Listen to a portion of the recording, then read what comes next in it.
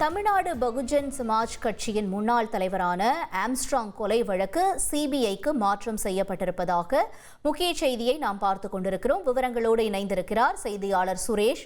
சுரேஷ், வணக்கம். இந்த வழக்கு ஏற்கனவே கடந்து வந்த பாதை, மேலும் தற்பொழுதைய உத்தரவு தொடர்பான தகவல்களையும் பகிர்ந்துக்கோங்க.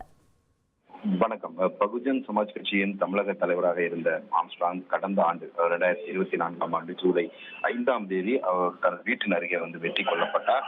இந்த வழக்கில் இதுவரை 27 பேர் கைது செய்யப்பட்டு சிறையில் அடைக்கப்பட்டிருக்கிறார்கள். இந்த நிலையில இந்த வழக்கை செம்பியம் காவல்துறையினர் நியாயமாக விசாரிக்கவில்லை என்று சொல்லி இந்த விசாரணையை சிபிஐக்கு மாற்ற வேண்டும் என்ற கோரிக்கையுடன் பகுஜன் சமாஜ் கட்சியின் மாநில பொதுச் செயலாளரும் ஆம்ஸ்ட்ராங்கின் சகோதரருமான கீனோஸ் ஆம்ஸ்ட்ராங் சென்னை உயர்நீதிமன்றத்தில் மனு தாக்கல் செய்திருந்தார். இந்த மனுவை நீதிபதி வேல்முருகன் விசாரித்தார். இந்த விசாரணையின் போது காவல்துறை தரப்புல தாக்கல் செய்யப்பட்ட பதில் மனுவில் காவல்துறை நியாயமான முறையில் விசாரணை நடத்தி வருவதாகவும் ஆம்ஸ்ட்ராங்கின் மனைவியே காவல்துறையினுடைய விசாரணை திருப்தி அளிப்பதாக இருப்பதாக தெரிவித்திருக்கிறார் என்று அந்த பதில் மனுவில் தெரிவிக்கப்பட்டிருக்கிறது. மேலும் இது அரசியல் கொலை இல்லை என்றும் இந்த வழக்கில் விசாரணை முடிந்து குற்றப்பத்திரிகை தாக்கல் செய்யப்பட்டு விட்டதால் இந்த மனுவை தள்ளுபடி செய்ய வேண்டும் என்றும் அந்த பதில் மனுவில் தெரிவிக்கப்பட்டிருந்தது.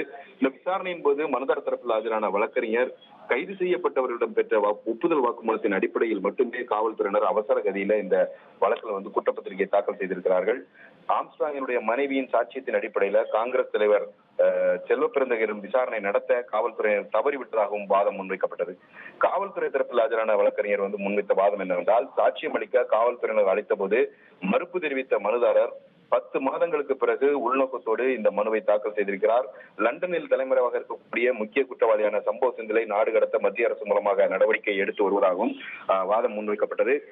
கொலையை நேரில் பார்த்த சாட்சியான ஆம்ஸ்ட்ராங்கின் சகோதரர் வீரமணி முன்னிலையில கைது செய்யப்பட்டவர்களுடைய அணிவகுப்பு நடத்தப்படவில்லை என்ற என காவல்துறை தரப்புக்கு நீதிபதி ஏற்கனவே கேள்வி எழுப்பியிருந்தார். இந்த வழக்கை பொறுத்த வரைக்கும் தீர்ப்பு தேதி குறிப்பிடாமல் தள்ளி வைக்கப்பட்டிருந்த நிலையில இன்றைக்கு இந்த வழக்குல நீதிபதி வேல்முருகன் தீர்ப்பளித்திருக்கிறார். அவர் தன்னுடைய தீர்ப்புல இந்த வழக்கின் விசாரணையை சிபிஐக்கு மாற்றி உத்தரவிட்டிருக்கிறார். சிபிஐ இந்த வழக்கை பொறுத்த வரைக்கும் அரசியல் மற்றும் மீடியா தலையீடு இல்லாமல் விசாரணை நடத்தி 6 மாதங்கள்ல முதல் கட்ட குற்றப்பத்திரிகையை தாக்கல் செய்ய வேண்டும் என்றும் உத்தரவிட்டிருக்கிறார். அது மட்டுமல்லாமல் இந்த வழக்கு தொடர்பான ஆவணங்களை தமிழக காவல்துறையினர் உடனடியாக சிபிஐக்கு வழங்க வேண்டும் என்றும் நீதிபதி வேல்முருகன் உத்தரவு பிறப்பித்திருக்கிறார். தகவல்களுக்கு நன்றி சுரேஷ். உங்கள் தந்திவன் தொலைக்காட்சியில் தெனாலிராமன் தினமும் மாலை 6 மணிக்கு காண தவறாதீர்கள்.